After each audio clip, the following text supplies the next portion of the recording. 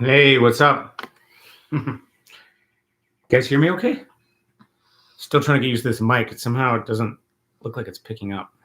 But yeah, it doesn't seem like it has thingamajig working. Maybe I'll turn this up. I can hear. Okay, cool.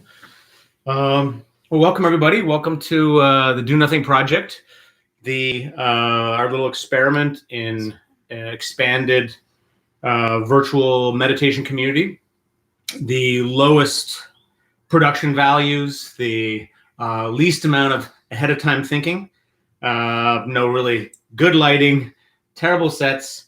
What can we say? It's the Do Nothing Project, and happy you're here. And most of this thing is meant to be watched with your eyes closed. So that is to say, it's meant to be experienced as whatever's happening in you in your meditation. So I'm Jeff. This is my partner, Sarah.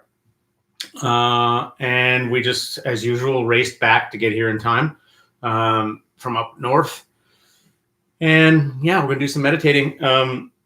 I think today I've got a bunch of questions I'm going to answer too at the end, because I've been kind of getting behind in that. So they're kind of piling up. But today we're going to stay in the mode of highly minimalist meditation. Guidance, really exploring variations on doing very little. I had a really great talk on Friday with this teacher I like named Loch. So I think I mentioned him in this podcast before. I'm trying to get him to come to Toronto with the CEC, the Consciousness Explorers Club, to do a day-long or a 2-day teaching there. He's a terrific guy, like super, just awesome human being, and he's ADD, so I'm really interested in that. And he managed to get really, really, really deep on the path while having ADD. And this is sort of a hunch that I've had for a long time. You know, I think there are ways, if you're ADD, to go the path of concentration. You can really discipline your attention and get very concentrated. That is definitely possible, and it's one of the things I recommend for folks that are ADD to do that training. And there are lots of other kind of practices beside, but there, in some ways, if you're ADD, one of the strengths is that you're always coming back to awareness. You know, for me anyway, I'm never not in awareness in a way. I'm like, it's a freaking plague. I wish I could be out of it. I wish I could lose myself in trance, that I could get absorbed in all the things my friends could get absorbed in painting, absorbed in running. I can kind of do it now because I make it a practice. But for me, always it was like popping out of that and being super self-conscious, and then like someone throws me a frisbee and I'm thinking too much about how to catch it, and it fucking hits me in the head. And, you know, I got better at frisbee too, but there was a sense in which I was always kind of like in my awareness, and because when you're ADD, it's like the one thing you can't get is losing yourself in that kind of trance, you know, or you can get into a hyper fixated mode, but you're always popping out and coming out of the next thing. So that refuge is sort of harder to find a little bit. So I always knew that for me, that the direction of my freedom, if you want to call it that, was going to be in awareness. It was going to be about that. That wasn't a problem. That if I was continually coming back to this and noticing where I am here in this broad way, there's a way of doing that again and again as a practice in life that begins to move you into all the traditional dimensions of freedom that are talked about in the contemplative world. And that's sort of turned out to be the case. So here's a guy who's like way more ahead of me in terms of just like his experience and how long he's been around, who really has taken that to, you know, the nth degree. He's done it through primarily these top-down Dzogchen and Mahamudra style practices, which are kind of similar to what you call a non-dual practice from the Advaita tradition. So these sort of practices of just noticing that where you are is inherently free, is inherently open, is inherently spacious. And that again and again, you're coming back to that recognition that emptiness is open and free and unencumbered, and that we can learn to actually kind of take our stand in that place. That it's not just a gimmick. It's like in a really interesting way, the fundamental nature of who we are the core of our identity isn't just that knowing, that empty knowing, and it's kind of unstainable, unassailable. All the things that we think of ourselves are really kind of rising and passing experiences within that wider knowing. And there's lots of dimensions and aspects to it. And I don't want to go too into it, but some of the questions I've had that I'm going to answer around choiceless awareness, around natural awareness, around do nothing, these kinds of things. I'll answer a little bit at the end. I'll talk a little bit more about it because this stuff is talked about a lot. But anyway, from my perspective, what I try to do here, the do nothing, is to kind of combine both these approaches. Combine an approach of like, hey, practice is fun and interesting. Sometimes we're getting concentrated, sometimes we're generating insight, and then sometimes we're more just resting in awareness, and sometimes we're doing all those things. And that as we cumulatively do these things, we begin to develop these core kind of ways. It's kind of like we deepen how we are in the world. We develop ways of improving our concentration, improving our openness, improving our insight. And it just kind of rolls out from there. And I deliberately kind of keep it wide. So what are we going to do today? Well, one of the things Loch and I talked a lot about is basically kind of getting out of the head. You know, talking to him, getting lots of pointing out instructions to him, I could really see where I was still, limited in lots of ways, in ways where I was still in cul-de-sacs, where I wasn't really, that I could be experiencing things in a broader and more genuinely free way, you could say. And one of the ways I get trapped, I think it happens to a lot of people, is that even though I know, having read enough and practiced enough and experienced enough, I kind of know that I'm just sort of the knower, and that the sense of being me around here is sort of an optical illusion. It's just when I notice, and I've done this, I've spent a million hours just looking at this in meditation. I can see there's sort of like a kind of constellation of face fuzz, kind of vibratory feeling behind the eyes. When I close my eyes, there's looking at the back of the eyes. There's the sense of the thoughts being kind of located here. There's a sense of me as a looker looking out. I know that that's sort of just an illusion in a way. It's just sensations, and there's a kind of like the identity process kind of does this little contraction around it and says, oh yeah, this is me. And our emotions and feelings really feel like us. But if we hear sounds, we're like, oh, that's not so much us. But all that is really, as you spend more and more time paying attention in meditation, you kind of realize that, wait, it's all just pixie dust. It's all just it's all just energy and awareness. You can be aware of a tree out there, or you can be aware of your thoughts, or you can be aware of your butt itching. It's all just awareness taking different forms. And, and it's not happening to any one person. It's just sort of happening. But even though I kind of know that, nevertheless, it's always a feeling in here. Often, or not always, but often a feeling in here of like, oh, I'm looking. It's like, okay, I'll pay attention to my breath. And so I'm feeling my breath. There's sort of like a person up here paying attention to my breath down here. Or like I'm listening to sounds, and it's like the sounds are out there, but it's like, yeah, I'm the guy in here hearing them. So what we kind of practiced playing around with Loch and I was just kind of getting out of the head. Something I've done a lot in practice, like played around with. Just if you're working with the breath, just seeing if you can feel the breath right from the inside instead of being up here, the knowing from the breath itself, or if you're listening to sounds, kind of the sounds almost, can you get into the sounds as if they're knowing themselves? So we're going to play around with this today. I think we'll call this meditation escape from the head. and you may not really escape, and it doesn't really matter, because who really gives a shit? It's all just whatever, variations of doing nothing. But I'll put some light pointer outers in that. I'll invite you to just kind of find your awareness or an object, maybe the breath, whatever you like to go to, and then just a few prompts around kind of seeing if we can, redirect where we're aware from, I guess you could say. And we'll put in the notes here who Loch Kelly is and some links and things like that. So nice to see you guys. Love that we do this. Just love it. Have so much good feels, so much happiness to be able to just do the thing I love. With my wife, with all these random people, wherever you're coming from. We meditate together. Then it's like, hey, answer a few questions and then see you next week. So let's do this. Bodhicitta, exactly. Bodhicitta abounds. Nicely said, Andrew. So we got August 4, 8, 10. I'm going to ding this, and then we're going to go to 8:35. I got 42%. So I might have to unplug. Hopefully this will get through it. I might have to unplug and put plug in the thing again. But right now I got like all this shit attached to it. So anyway, let's just meditate.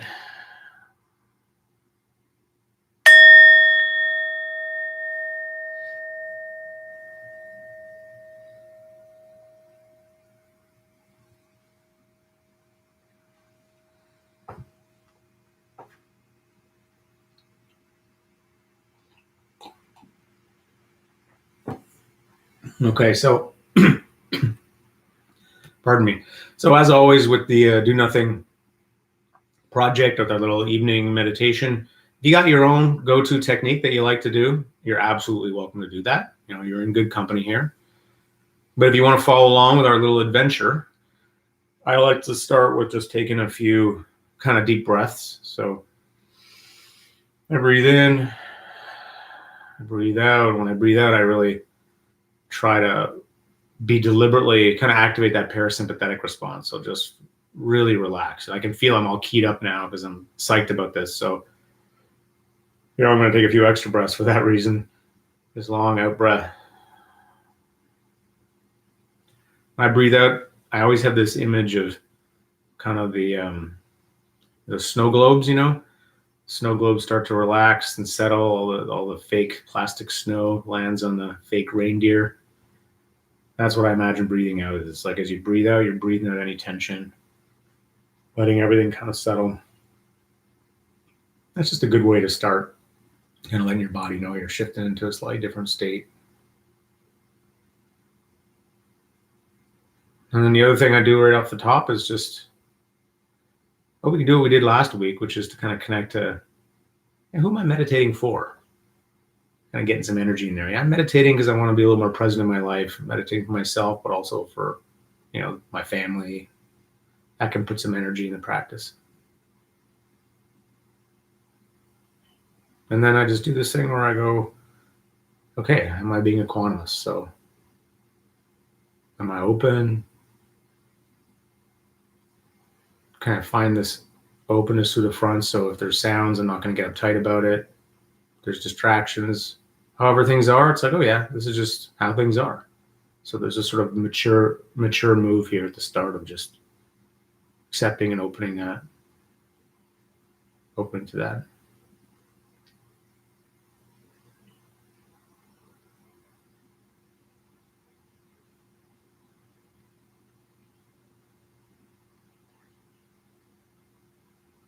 Okay, so some people just like this as a basic stance. This is what they would call choiceless awareness, to just sit. You're kind of aware. You're aware, but you're not necessarily jumping at any one thing. You're not specifically trying to be on top of the breath or notice the hands or notice sounds. You're just sort of aware, sitting and resting as awareness. And whatever you notice. But this sort of backing up and resting as awareness is the primary thing. Things come to you. You don't go to them. You're never going out from here. You're not going off to pay attention to something. It's more like things come to you. Sounds, sensations, thoughts come to you and pass on.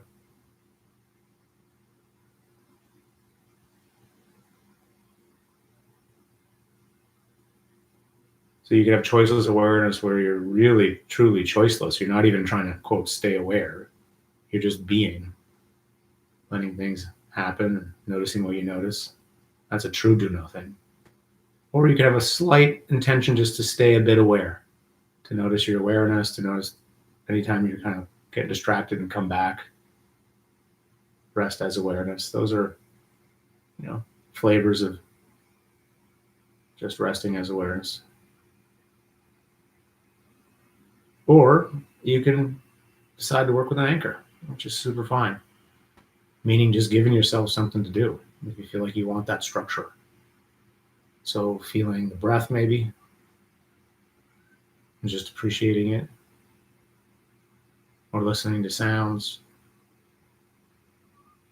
of traffic or wind, birds, anything, fans. Or maybe you're just paying attention to some other point or sensation in the body.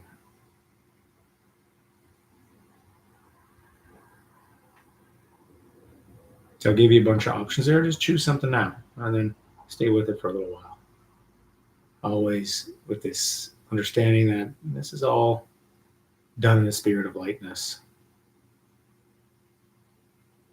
of appreciating the simplicity of all these options.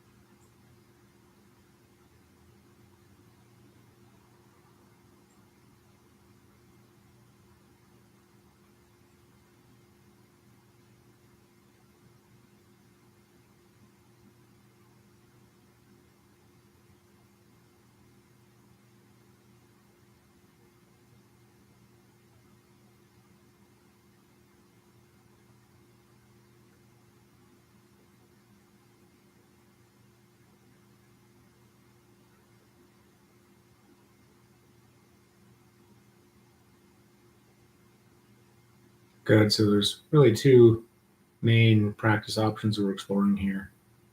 One could be just sort of you're just resting, you're aware, and stuff's coming to you. And you're not deliberately working with an anchor, but it's more like you kind of feel anchored in awareness itself. And that's a good option. That might feel easy for some folks.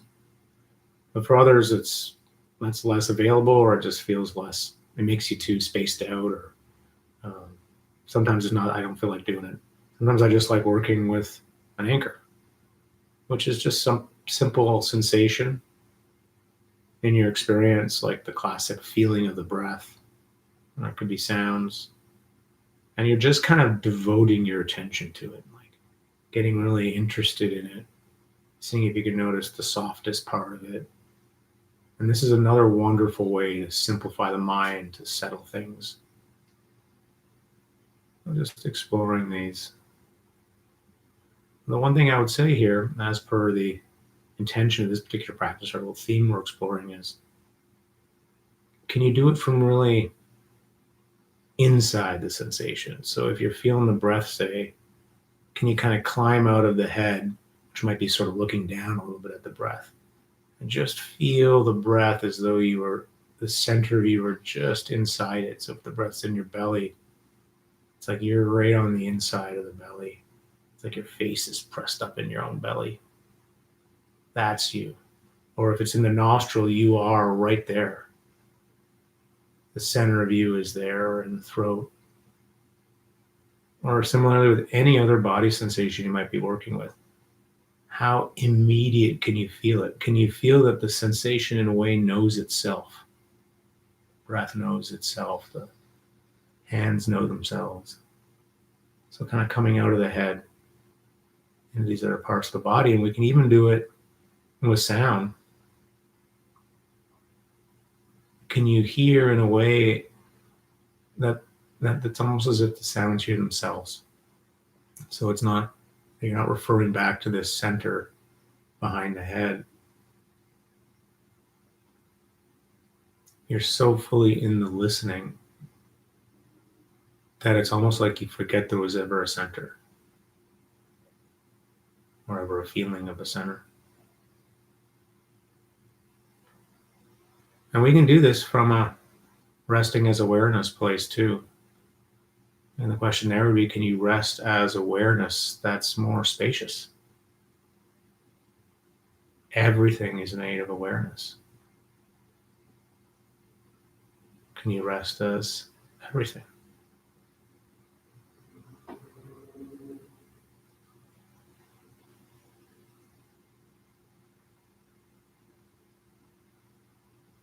Not a moving out, but a effortless relaxing backwards, letting this show itself.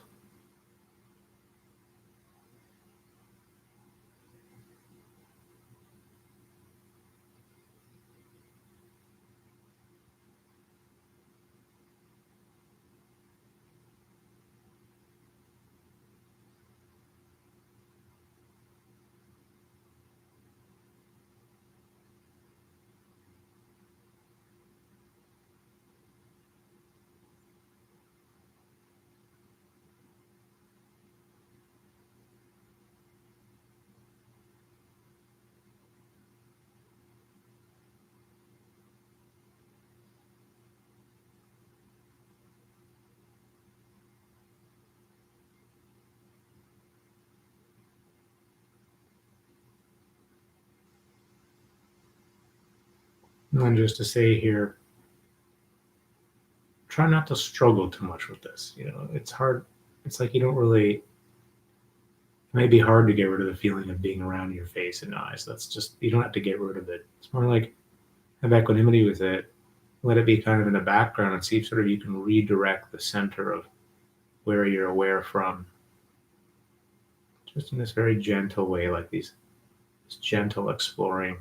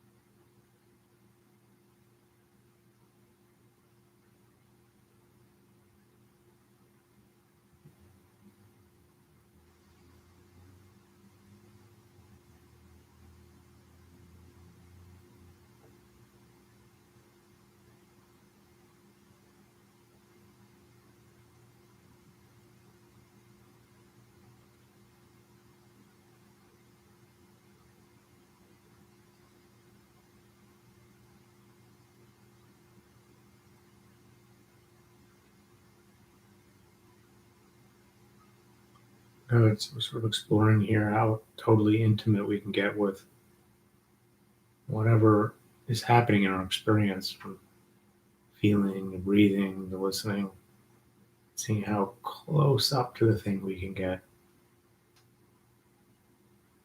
not sort of keeping it at a distance through this sort of hub of the head, moving into a more immediate, intimate experience of what's happening.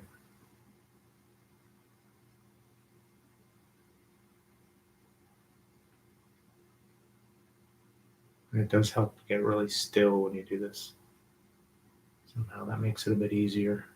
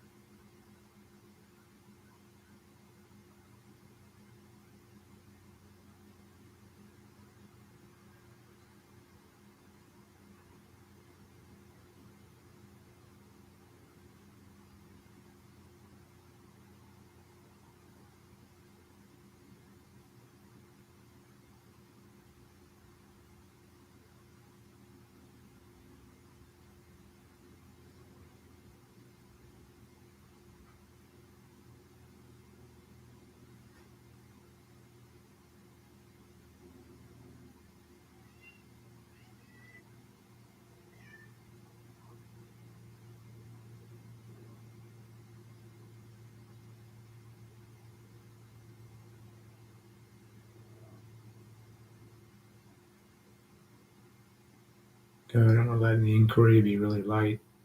So if you notice at any moment you're sort of straining, or if you notice you get distracted, just sort of lightly coming back, backing off a little bit if you're putting too much effort in.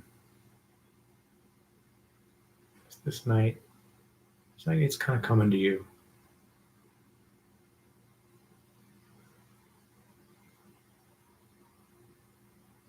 In a way, there's nowhere to go. Just resting in this more intimate way with our experience.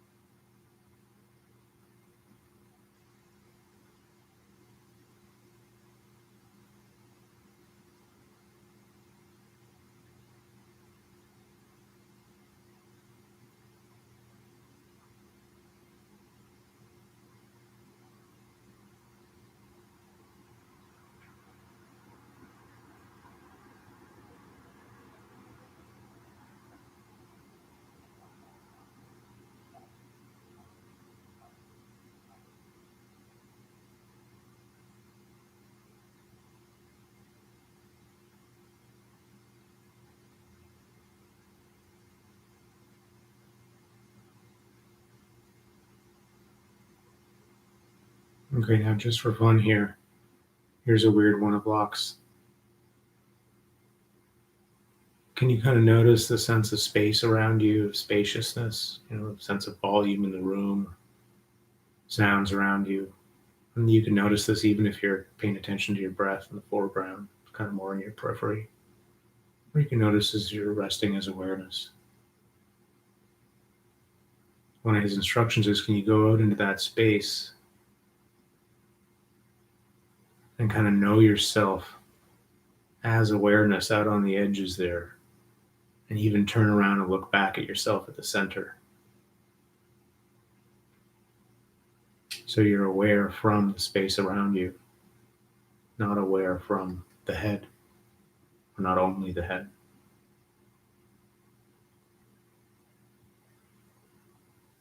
And it sounds weird, obviously, but it's fun to just kind of explore a little bit, see if you can get a taste of that. That's how we do these inquiries. They're more these little exploratory probes. Sort of good-naturedly check it out.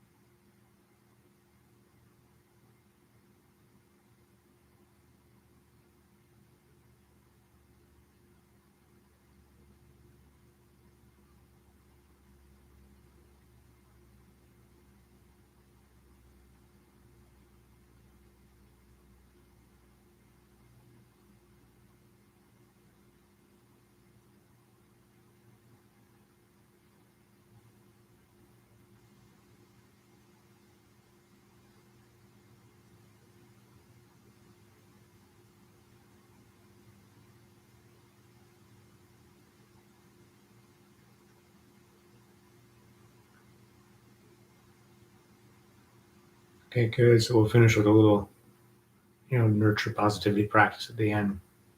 Maybe we'll keep it in this theme of awareness. Everything that's happening to us is happening by our awareness, obviously. Every sound, sensation, thought,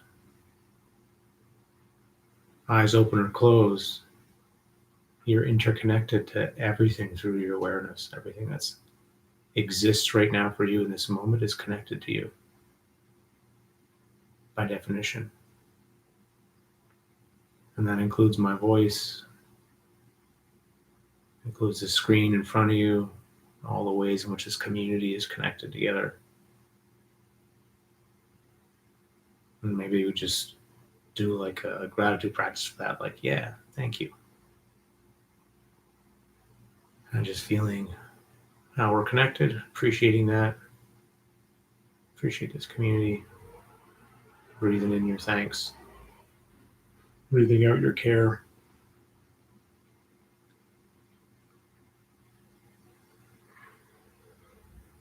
Literally connected to this field of awareness, of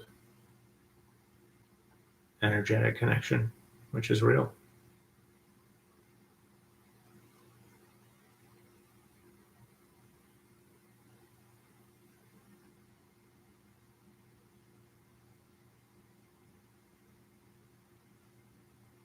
Nice.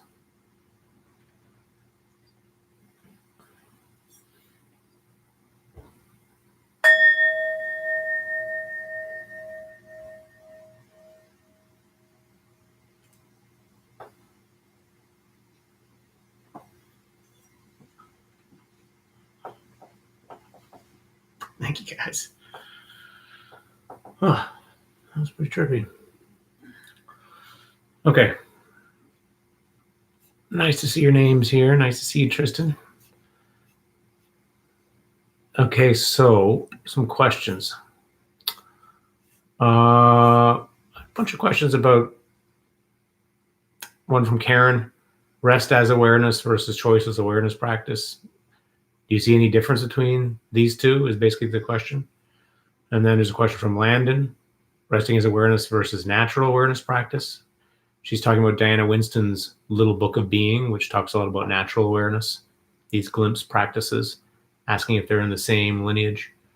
So maybe I think I kind of answered that off the top, but if it wasn't clear, there's so many ways to talk about this, and every teacher and different traditions have different lingo.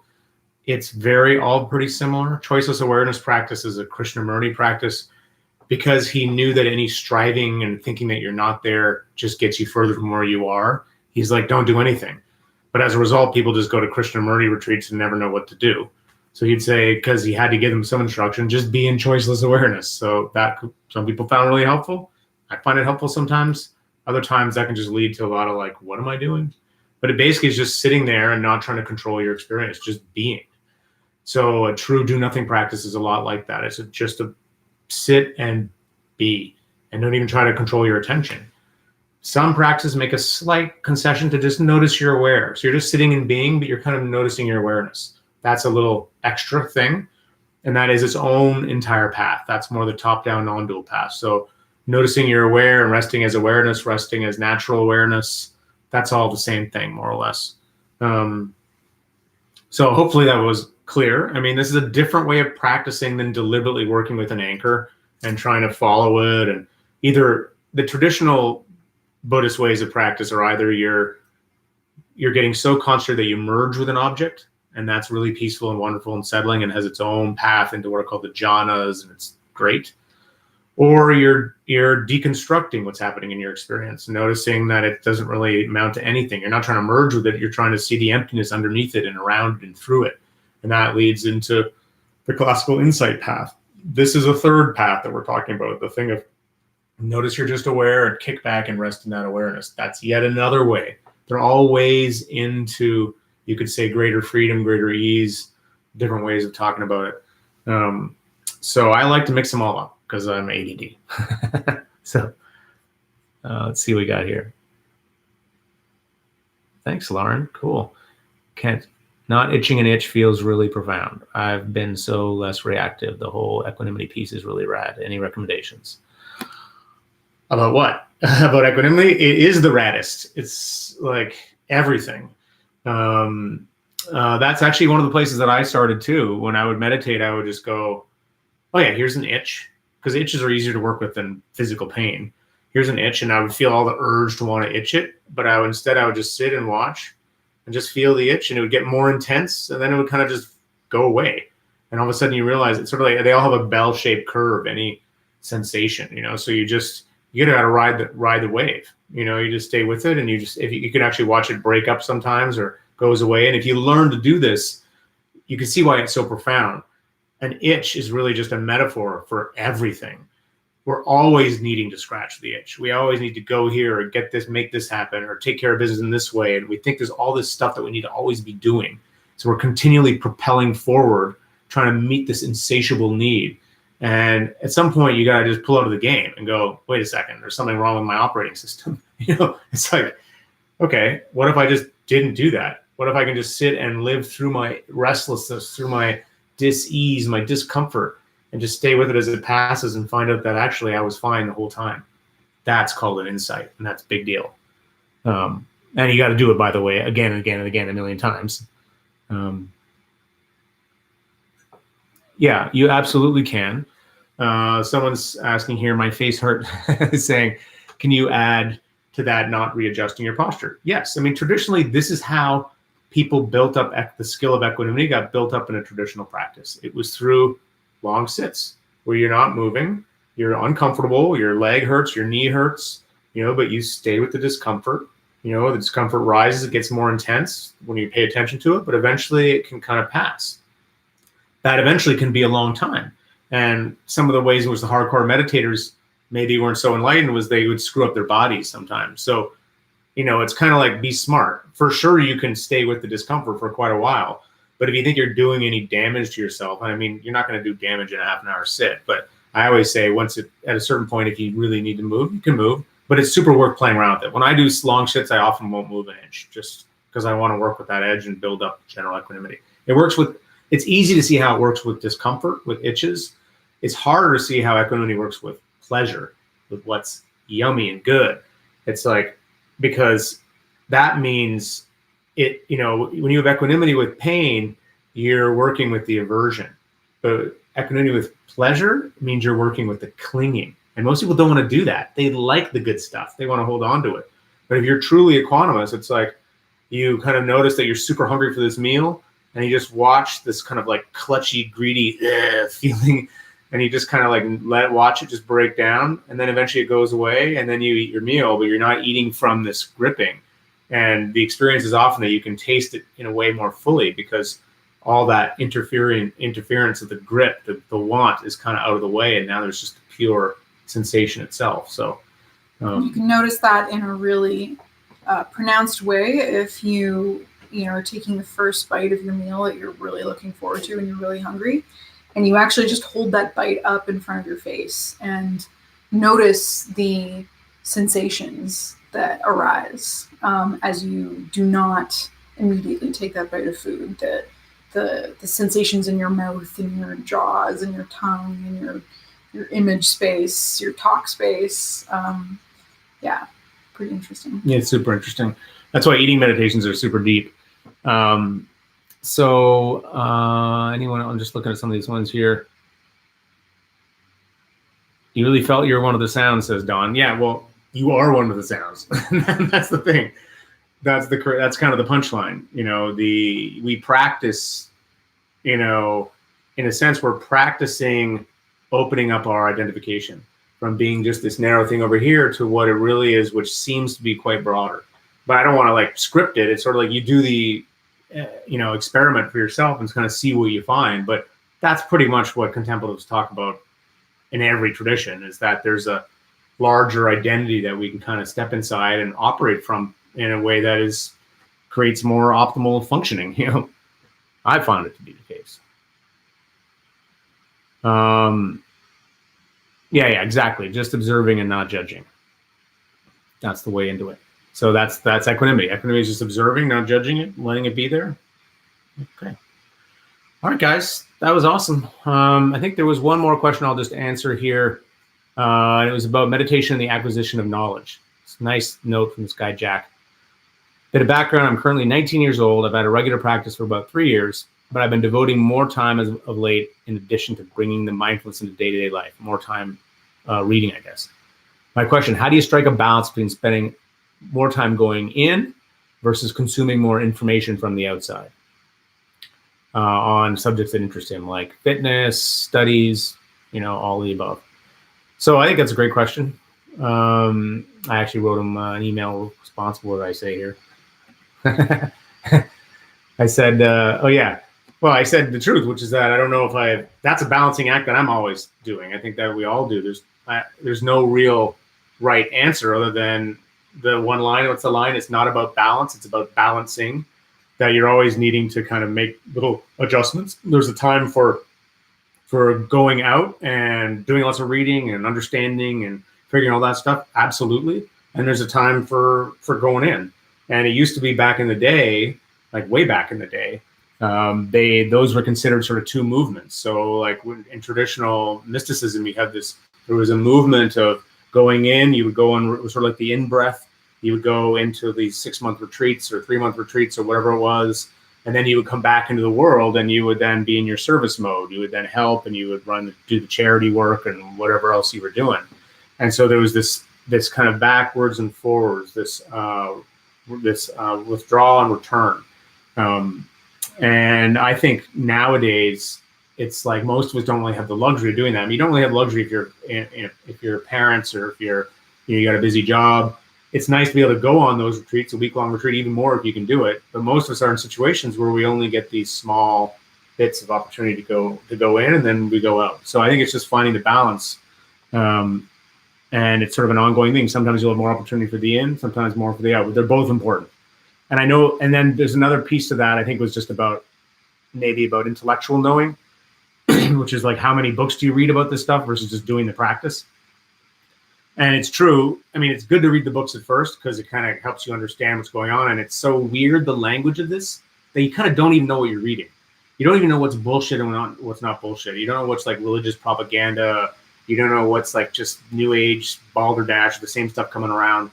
So you kind of you're just trying to read to understand it. And there's no one way in. You just kind of, and eventually you start to, it helps to have a community to talk to as well. Like you have friends to talk to about it. You read more, you start to get a bit of an orientation, but hopefully all the while you're doing practices. And then what happens is the insights people are talking about become lived experiences. You start to know that this is true. You start to feel, you start to get what impermanence is and what equanimity is, because you're starting to understand when you're relating to your experience like that, you're having the same kinds of experiences that people are talking about.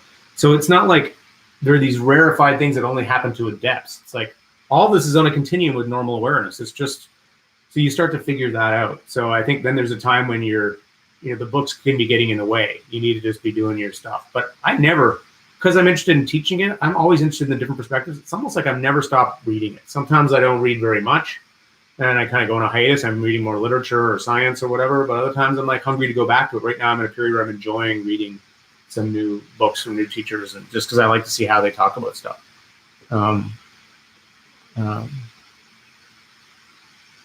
Yeah, so Kent likes the question. Jeff says, can't you mindfully just buy ointment for those itches? Indeed. Okay, so now Allison's saying, I was in my head, but feeling what it does to control myself, so it was different when controlling with my head. Hard to explain. I get what you're saying. So this is why we do these explorations. It's like, I can't describe or anticipate what insights you'll have. We just do them. We go in, we have a practice, it's relaxed. We stay with the breath. We're just resting in awareness, but we get these little prompts to do these excursions. We cruise around, we look at things, we start to get an insight. Something lands in a new way. Who knows what it is? That's why we do practice. It's the grace part. Like, there's no map for this stuff. You just got to do it, and then you start to kind of make your own map, basically.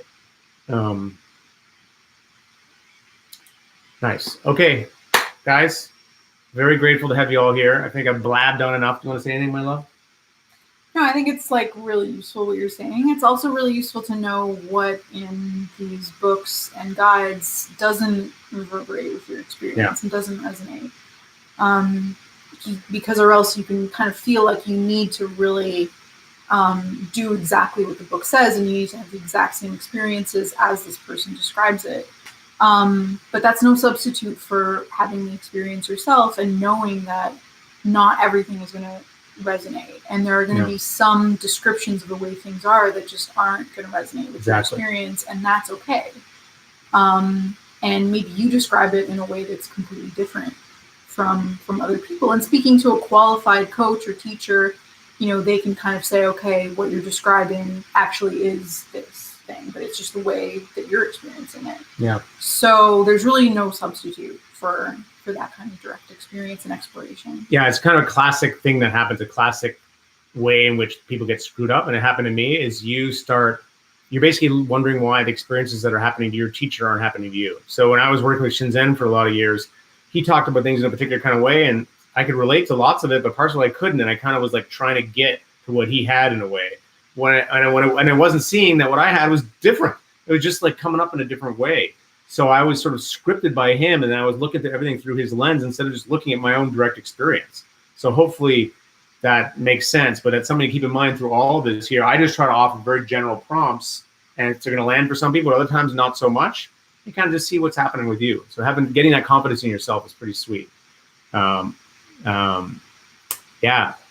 awesome. Thank you, guys. I can hear that our computer's humming. Going, so if you kind of hear some static, that's probably what it is. It won't happen when the weather turns a little cooler in September and October. Yeah. Okay, guys. Thanks so much. See you next week.